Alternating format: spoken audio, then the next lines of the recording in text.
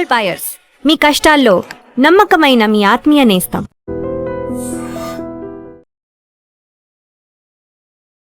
Iran మీద America చేస్తున్నటువంటి దాడి తిరిగి మళ్ళీ మొదటికొచ్చింది. సీజ్ ఫైర్ అనేది కంటిన్యూ అవుతున్నప్పటికి కూడా ఖమేనీ అంత్యక్రియలకు సంబంధించి ఇప్పటికి కూడా ఆ 5 రోజుల సంతాప దినాలు శుక్రవారం రోజు అంత్యక్రియలు జరగబోతున్నప్పటికీ కూడా అటాక్స్ అనేవి కొనసాగుతూనే ఉన్నాయి. హర్ముజ్ జలసంధిలో 3 నౌకలపై దాడి జరిగింది. అది ఇరాన్ చేసిందా, IRGC చేసిందా, ఆర్మీ చేసిందా ఇప్పటికీ అఫీషియల్ గా బయటికి రాకపోయినప్పటికీ కూడా ఈ దాడి నేపథ్యంలోనే ట్రంప్ తీవ్రంగా స్పందించారు. చిటికలో ఇరాన్ పనిని మేము ఖతం చేస్తాము అనే మాటతో పాటుగా అక్కడున్నటువంటి బ్రిడ్జ్లు, పవర్ ప్లాంట్ల మీద కూడా అటాక్ చేస్తాము అనేది మళ్ళీ ఎందుకని మొదటికి వచ్చింది? అసలు ఈ యుద్ధానికి అంతం అనేది లేదా, లేకుంటే శాంతి చర్చలకు సంబంధించి డీల్స్ అనేవి అక్కడ ఆగిపోయినట్టు కనిపిస్తోందా? మనతో పాటుగా ఉన్నారు సీనియర్ జర్నలిస్ట్ సురేష్ కొచ్చతిలి గారు.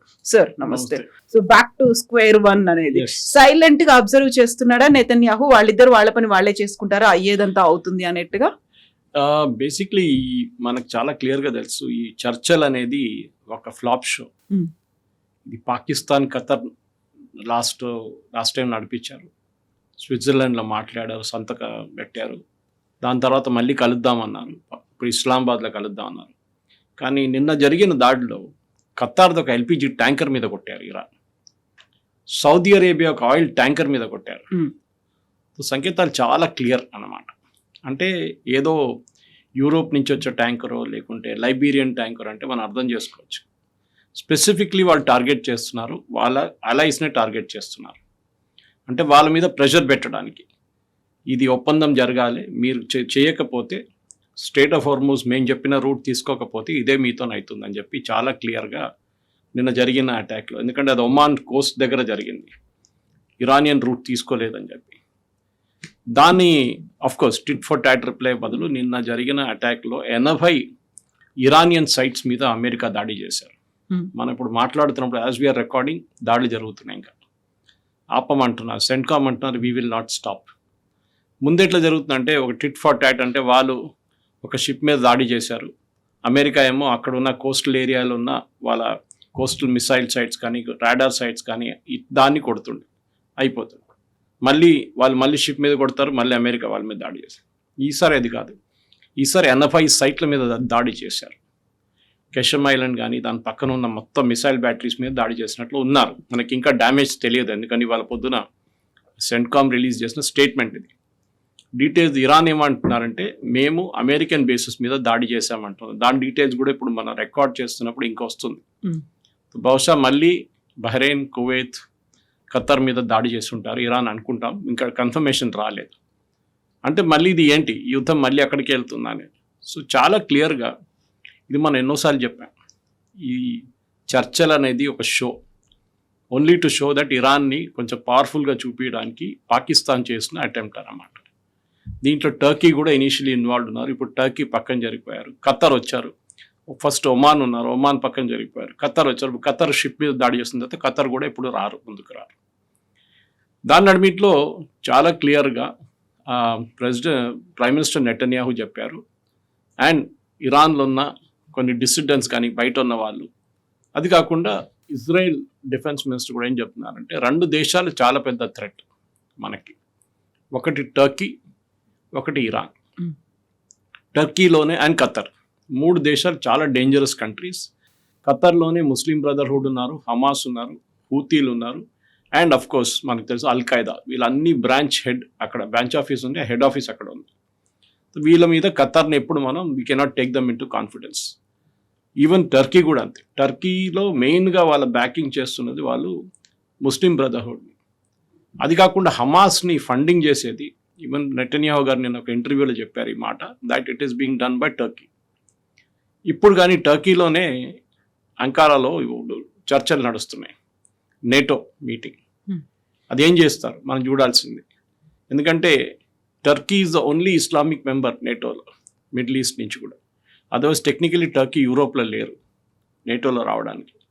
సో టర్కీని తీసుకున్న తర్వాత ప్రెసిడెంట్ బైడెన్ టైంలో వీళ్ళ మీద శాంక్షన్స్ పెట్టారు టర్కీ మీద. ఇది 2 స్టోరీలు ఎందుకు తీసుకొస్తున్నానంటే ఒక రిలేషన్ ఉంది దీనికి, ఇరాన్కి టర్కీకి.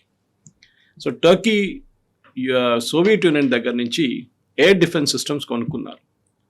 మనం S-400 కొనుక్కున్నట్లని వాళ్ళు కూడా S-400 కొనడానికి ట్రై చేశారు. అది ఇంకా నడుస్తుంది చర్చలు. కానీ దానికన్నా ముందు వాళ్ళు ఎయిర్ డిఫెన్స్ సిస్టమ్ తీసుకున్నారు రష్యా దగ్గర నుంచి. అప్పుడు యుఎస్ ఏం చేశారంటే శాంక్షన్స్ పెట్టారు. మీరు నేటో నేషన్గా ఉండి రష్యా దగ్గర నుంచి ఆయుధాలు కొనడం ఏంటి అని చెప్పేసి. టర్కీ అన్నారు మేము ఎవరి దగ్గర కావాలంటే వాళ్ళ దగ్గర కొంటాం. ఇప్పుడు ఎర్దోగాన్ ప్రాబ్లం ఏంటంటే ముస్లిం వరల్డ్లో లీడర్షిప్ కోసం ఆయన ట్రై చేస్తున్నారు. ట్రై కాదు, చాలా మటుకు ఆయనే లీడర్ అని తిరుగుతున్నారు అనమాట. అంటే నెక్స్ట్ క్యాలిఫేట్. ఈ క్యాలిఫేట్ యుద్ధం ఎప్పుడు మొదలు కాలేదు. అది ఆల్మోస్ట్ 16th-17th సెంచరీ నుంచే ఇదే ఇప్పుడున్న ఇరాన్ నుంచి పక్కనున్న ఇరాక్లో చాలా మటుకు నజాఫ్ కానీ ఇరాన్లో ఉన్న కోమ్ కానీ కర్బలాలో కానీ వీళ్ళ పొలిటికల్ జాకింగ్ అక్కడే నడుస్తుంది. ఇదన్నీ ఫేమస్ రిలీజియస్ సైట్ షియా వాళ్ళది. ఎవరు నెక్స్ట్ క్యాలిఫేట్ అని చెప్పేసి ఎప్పటి నుంచో ఉన్న గొడవ ఒకటి పాతది. అది మనం సెకండ్ వరల్డ్ వార్ తర్వాత ఒట్టమన్ ఎంపైర్ కొలాప్స్ అయిపోయిన తర్వాత టర్కీ వైపు నుంచి ఆ ఇన్ఫ్లుయెన్స్ వెళ్ళిపోయింది మొత్తం. అప్పుడు దాకా Turkey was holding a lot of influence Ottoman Empire నుంచి. టర్కీ అని చెప్పలేము అప్పుడు. కానీ ఇప్పుడున్న పరిస్థితుల్లో ప్రజెంట్ పొలిటికల్ డెవలప్మెంట్స్లో ఇస్లామిక్ వరల్డ్లో లీడర్షిప్ ఎవరు తీసుకుంటారు? మీరు చూడండి, ఇప్పుడు ఎవరు లీడర్ లేరు ఇస్లామిక్ వరల్డ్లో. ముందు సౌదీ అరేబియాకి కొంచెం పట్టుండే, because of sheer scale and size and డబ్బులతో సౌదీ అరేబియాకి లీడర్షిప్ అజ్యూమ్ చేశారు. ఇస్లామిక్ వరల్డ్ మేము రిప్రజెంట్ చేస్తున్నాం. ఒపెక్లో అన్నిటికంటే పెద్ద స్టేక్ ఎప్పుడు పెద్ద వాయిస్ ఉన్నది సౌదీ అరేబియాది, organization of petroleum exporting countries. So Saudi Arabia, ఎందుకంటే వాళ్ళు అంటారు we are the custodians of the 2 of the holiest sites in Islam, Mecca and Medina. Mecca and Medina మేమే కంట్రోల్ చేస్తున్నాం, మేమే దాని కస్టోడియన్స్. అప్పుడు మేము ఇస్లామిక్ వరల్డ్ లీడర్ మేము. ఇప్పుడు టర్కీ అంటున్నారు కాదు, వీఆర్ ద ఒరిజినల్ క్యాలిఫేట్, మా దగ్గర నుంచి ఖలీఫా వచ్చారు, సో మీకు హక్కు లేదు అని చెప్పి సౌదీ అరేబియాని పక్కన జరుపుతున్నారు. దానికోసం మీరు చూస్తున్నారు ఈ సౌదీ అరేబియా వ్యతిరేకంగా మెయిన్గా ప్రొటెస్ట్ చేస్తున్న ప్రొటెస్ట్ కాదు, అటాక్ చేస్తున్న ఒక ఫ్యాక్షన్ ఈజ్ హూతీలు. మీ హూతీ హిస్టరీ తీసుకుంటే కూడా చాలా కలర్ఫుల్ హిస్టరీ.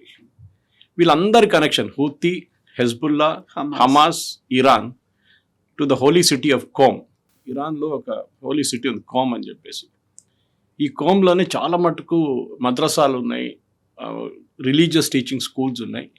ఇదే సిటీ నుంచి అయతోలా ఖొమేనీ చదువుకొని బయటకు వచ్చారు. ఇదే సిటీ నుంచి అలీ ఖమెనీ చదువుకొని వచ్చారు. ఇదే సిటీ నుంచి ఇప్పుడున్న హూతీ లీడర్స్ అందరు వచ్చారు. ఇదే సిటీ నుంచి హసన్ నస్రల్లా, హెజ్బుల్లా చీఫ్, అక్కడే ఆయన రిలీజియస్ టీచింగ్ అంతా జరిగింది. సో వీళ్ళకి అందరికి ఒక అంబ్లికల్ కార్డ్ అంటారు చూడండి, అది కోమ్.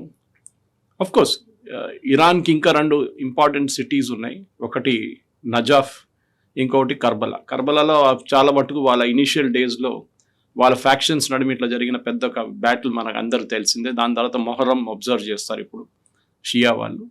అది కాకుండా ఈ మన నజాఫ్లో Fatima, her grave is the one of the daughters of one of the messiahs of prophet Muhammad తర్వాత వచ్చిన జనరేషన్లో. వాళ్ళ దాంట్లో 12 రిలీజియస్ లీడర్స్లో ఒకరు కూతురు. ఇదన్నీ ఉన్నప్పుడు కూడా చాలా మటుకు టర్కీ వైపు నుంచి ఇప్పుడు ఒక మోడర్న్ రిలీజియన్ లాగా ఇస్లాం తీసుకురావడానికి ట్రై చేస్తున్నారు టర్కీ. కానీ కాదు అది, ఎందుకంటే ఇజ్రాయెల్ వాళ్ళు టర్కీని వ్యతిరేకిస్తున్నారు.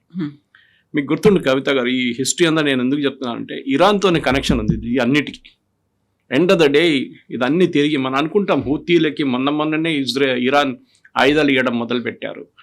హెజ్బుల్లాని మొన్ననే తీసుకొచ్చారు వీళ్ళు. కాదు, హెజ్బుల్లా లెబనన్లో 40 సంవత్సరాల నుంచి ఉన్నారు, 40 years. హసన్ నస్రుల్లా అని చెప్పాను చూడండి, కోమ్ నుంచి వచ్చారు. ఖొమేనీ కోమ్ నుంచి వచ్చారు. ఖమ్నే కోమ్ నుంచి వచ్చారు. Even Mojtaba studied in come.